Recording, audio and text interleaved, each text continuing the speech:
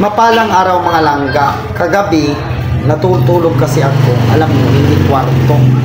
Ayan lang po yan, Cleopatra. Yan. Diyan ako natutulog. Ngayon, yung madaling araw na yun, nagtaka ako kasi ang sarap ng tulog ko na parang may tumatawag. Ngayon, sabi niya, anak, halika, sumama ka. Sabi ko pa daw, ako sumagot, sabi ko, Opo, Father. Kasi ang paningin ko sa kanya, parang Father talaga. Yung style ang suot niya sa suot ng pari. Sumama ka sa akin at tingnan mo sa baba. Yun, parang nasa kami parang nasa clouds kami nun. Tapos pag ganun ko sa baba, ganun ko na, pagtingin ko, sabi niya, anong nakita mo? Sabi ko, mga bahay na magaganda. Magagandang bahay, may mga third floor, mga ganun. Sabi niya, anak, mga yan, matibay. Yung ang pundasyon niyan, sobrang tibay. Pero kahit gaano katibay yan, pagkulang ang panalangin mo sa mga biyayang binibigay niya, wala yan, wasak yan, sabi niya.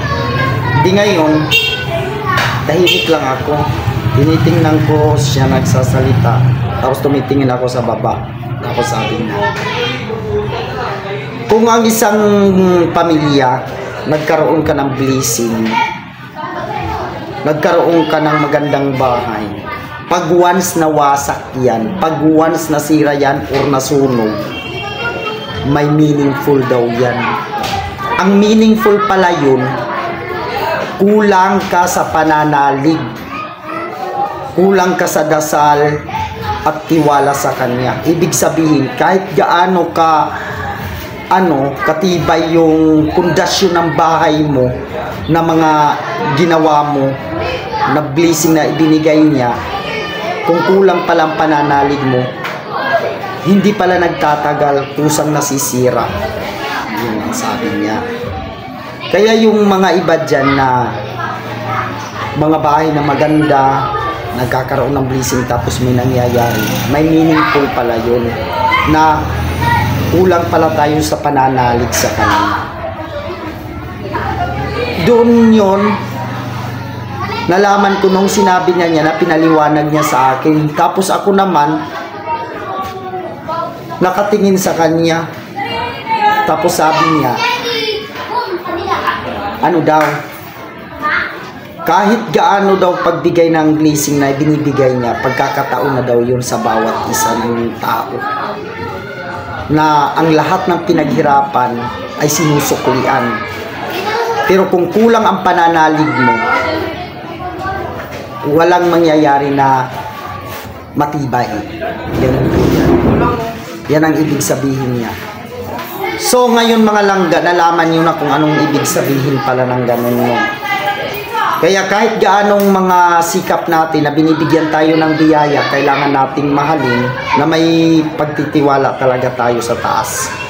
Dahil kahit gaano ang tibay niyan, pag once yan kunin, walang tibay. And then ang sabi pa niya, sa atin ang gawa, sa Kanya ang awa. Kung sa bawat isa pala sa atin dito, binibigyan niya ng pagkakataon na nagkakaroon talaga ng blessing. Dahil sa kulang sa atin sa paniniwala, talagang binabawi. Dahil manghiram lang natin yan dito sa mundo. Ganun ang niyan. Meaningful niya. Naintindihan ko doon sa maliwanag na panaginip ko na yun. Tapos, sabi niya, ipaalala mo sa lahat ng tao tungkol sa sign of the cross. Doon ko na yun, na pinaliwanag ko, kaya rinilis ko, pinakita ko sa inyo kung anong meaningful pala nun. Kasi ibig sabihin, nagsisilos siya na may mga tao tayo, may mga tayo, may mga santo-santo.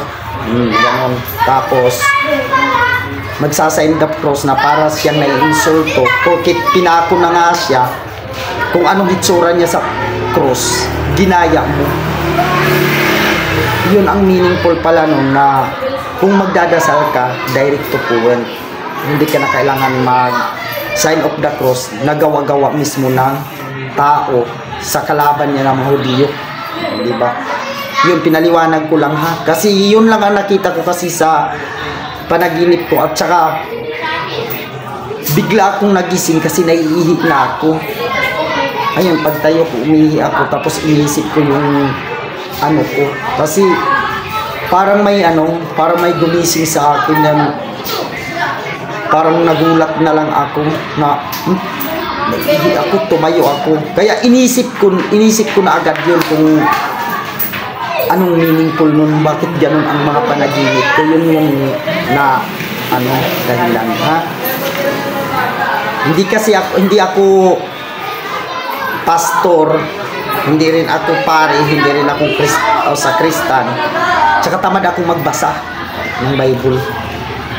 Pero ramdam na ramdam ko lahat ang laman. Iwan ko bakit ganun. Hindi ko naman sinasadya sa sarili ko na ganyan ako. Kasi ayoko talaga magkaroon ng mga ganyan na mga sitwasyon, parang hindi ko talaga papilyan. Tsaka ayoko talaga magdikta ng tao. Ayaw ko mangaral ng mga ganyan dahil hindi naman ako perfecto na tao. Di ba? Ganun lang ang inano ko dyan. Pero nararamdaman ko na parang hindi ko gaano mag-gets bakit ganun. Kaya yun lang po. Maraming salamat po.